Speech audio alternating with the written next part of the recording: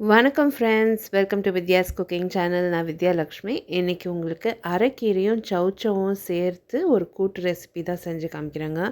காரக்குழம்புக்கெல்லாம் ரொம்ப சூப்பராக இருக்கும், சப்பாத்தியோட ரொம்ப டேஸ்ட்டாக இருக்கும். இங்கே நான் சௌச்சக்காய் எடுத்திருக்கேங்க.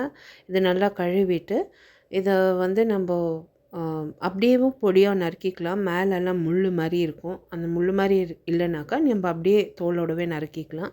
அப்படி இல்லையா நீங்கள் தோல் சீவிக்கலாம். நடுவில் இருக்க விதையும் நீக்கிடுங்க.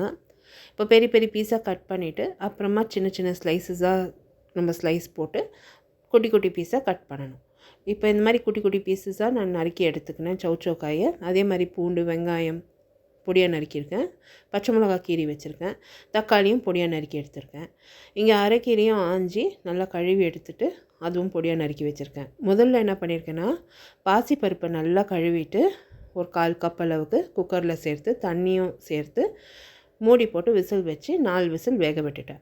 பருப்பு நல்லா வெந்ததும் மூடி திறந்து அந்த தண்ணி வற்றுறதுக்காக ஹை ஃப்ளேமில் வச்சு தண்ணியெல்லாம் வற்றி எடுத்துட்டேன். இப்போது ஒரு மிதமான தீயில் கடாயை ஹீட் பண்ணி அதில் தேங்காய் எண்ணெய் சேர்த்துருக்கேன். தேங்காய் எண்ணெய் நல்லா காஞ்சதும் உளுத்தம்பருப்பு, கடலைப்பருப்பு சேர்த்து கொஞ்சம் நல்லா வறுபட்டதும் அதில் வற்றல் மிளகாய் கிள்ளி சேர்த்துருக்கேன். சீரகம், கடுகு சேர்த்து நல்லா பொரிய விட்டுருக்கேன்.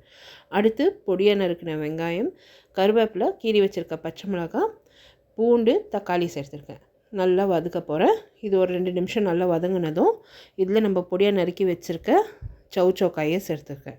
கொஞ்சமாக பெருங்காயத்தூள், உப்பு தேவைக்கேற்ப உப்பு, மிளகாத்தூள், மல்லித்தூள், கொஞ்சமாக மஞ்சள் பொடி சேர்த்து நல்லா வதக்கி எடுத்துக்கினேன். இதில் தண்ணி விட்டு மூடி போட்டு நல்லா வேக விடலாம். சௌச்சோக்காய் நல்லா வெந்து வந்ததும் இந்த பருப்பு பார்த்திங்கன்னா நல்லா வற்றி வந்திருக்கு.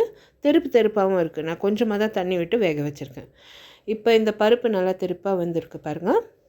இப்போ இந்த சௌச்சோக்காய் நல்லா வெந்து வந்ததும் இதில் நம்ம கீரை நறுக்கி வச்சுருக்க அரைக்கீரையை சேர்த்துக்கலாம். கூடவே பருப்பையும் சேர்த்துக்கலாம். தெருப்பாக வேக வச்ச பருப்பையும் சேர்த்து நல்லா ஒரு முறை கலந்து ஒரு முறை நல்லா வேக விட்டுடலாம். மசாலா அரைக்க போகிறேங்க. மசாலாவுக்கு இஞ்சி, சீரகம், தேங்காய் ஒரு மிக்சியில் சேர்த்து கொரப்பாக அரைச்சி எடுத்துக்கலாம்.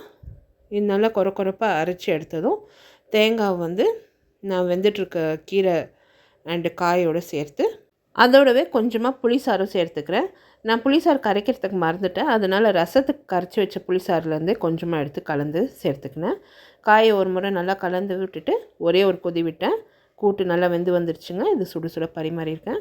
எல்லோரும் ட்ரை பண்ணிவிட்டு உங்களோட கமெண்ட்ஸ் போஸ்ட் பண்ணுங்கள். என்னோடய சேனல் சப்ஸ்கிரைப் பண்ணுங்கள். அடுத்த வீடியோவில் சந்திக்கும் வரை this is Vidyalakshmi. Thank you so much for வாட்சிங். பை.